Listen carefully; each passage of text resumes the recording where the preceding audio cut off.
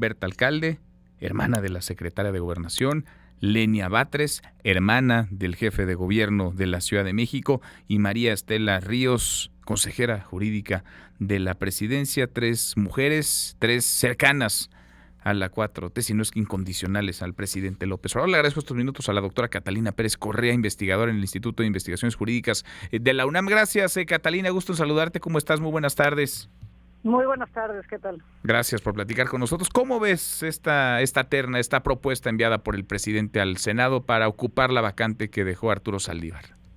A ver, es muy preocupante lo que estamos viendo. Creo que es relevante también entender el contexto en el cual se da esto. El presidente ha sido muy duro y ha reiterado muchas veces que la Corte no debe de criticarlo, que los ministros no pueden estar en contra de su voluntad, incluso en decisiones en las cuales los ministros, las ministras que fueron nombrados durante su gestión y que votaron en contra de algún proyecto suyo, han sido duramente criticados y habla de traición, nos traicionaron.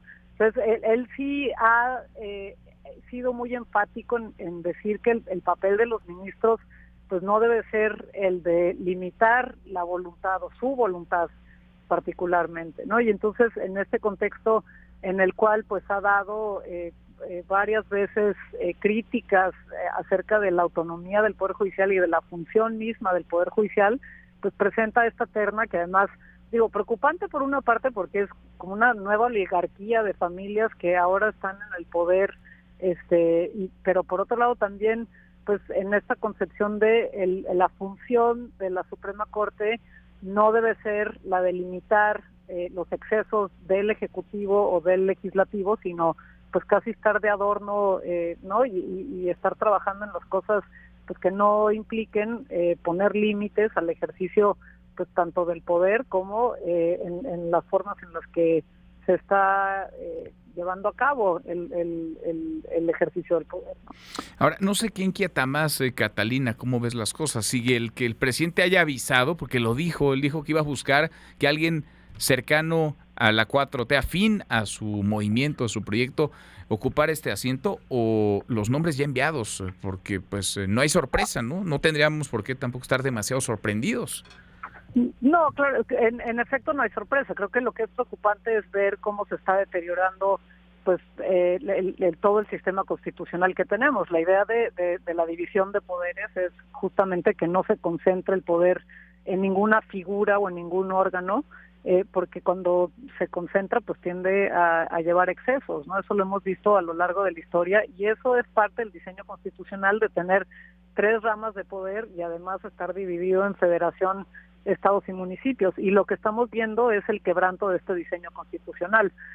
Pero además lo hicieron de una forma pues muy tramposa, porque el sistema está hecho para que cada presidente nombre un cierto número de ministros a lo largo de su gestión, y aquí lo que vimos son 2 ministros que no le correspondían, son nombrados por el presidente López Obrador. Por un lado, Medina Mora, que pues le sacaron ahí un expediente y tuvo que renunciar, y ahora Arturo Saldívar, que le está haciendo el favor a López Obrador para que tenga más ministros de los que le corresponden.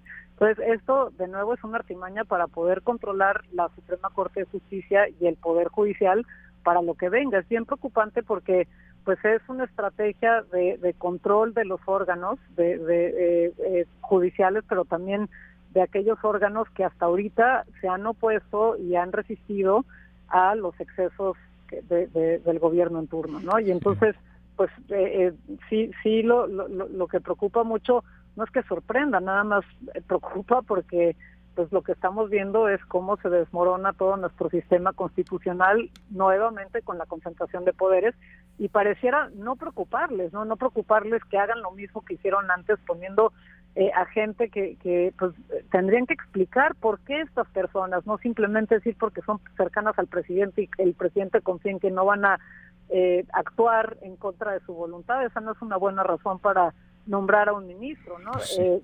Eso por un lado, pero también simplemente qué va a pasar con la siguiente o el siguiente gobernante.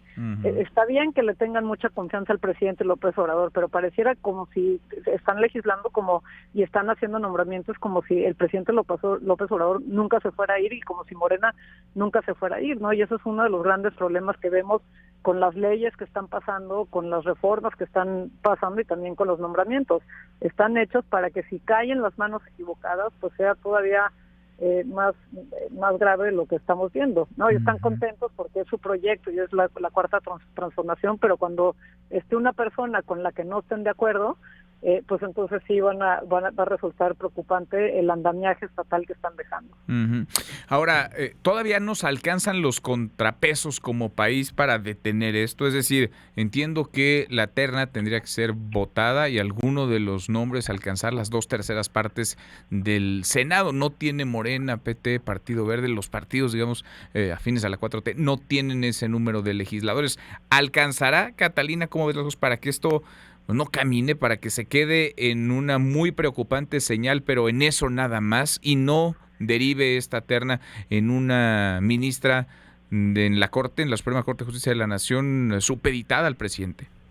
A ver, yo veo que es difícil porque además el proceso de nombramiento que está en la Constitución se presenta la terna, si no se alcanza la mayoría se presenta otra terna y si no se alcanza la mayoría el presidente nombra por debajo a alguien de la terna. Entonces es preocupante porque en algún momento si él continúa poniendo estas ternas con puras personas que son muy cercanas, pues va a terminar estando una de estas personas ahí.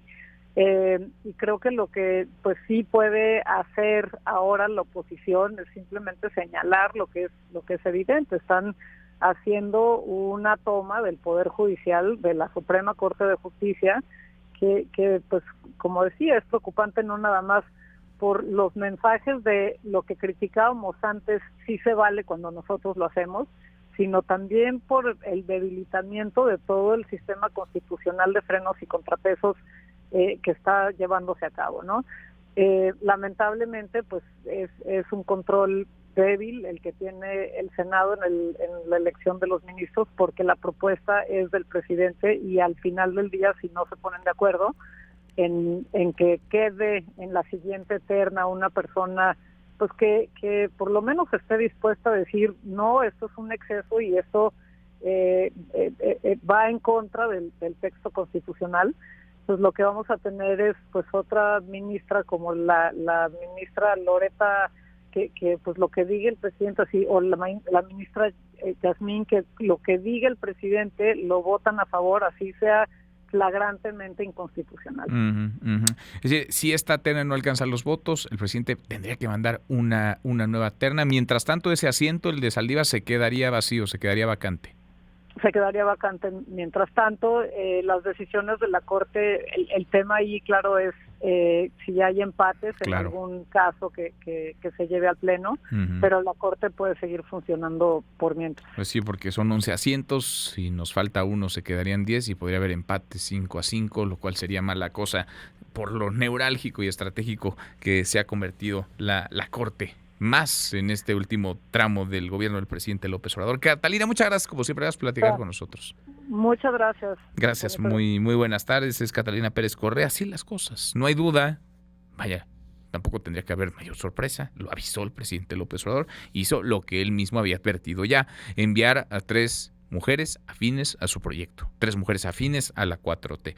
Berta Alcalde, hermana de Luisa María Alcalde, la secretaria de Gobernación; Lenia Batres, hermana del jefe de gobierno de la Ciudad de México, Martí Batres; y María Estela Ríos, consejera jurídica de la presidencia. Podríamos revisar el perfil de cada uno, sus cartas credenciales, podríamos revisar si tienen o no, si cubren o no los requisitos, pero lo que es indudable es que las 3 ya están lejos de ser independientes, autónomas en términos políticos, son militantes de un proyecto político, son incondicionales del presidente López Obrador. ¿Eso queremos en la Corte? ¿Eso necesita la Corte a los ojos del presidente? Sí, eso necesita, eso quiere él. La hora con 27, pausa, volvemos, hay más.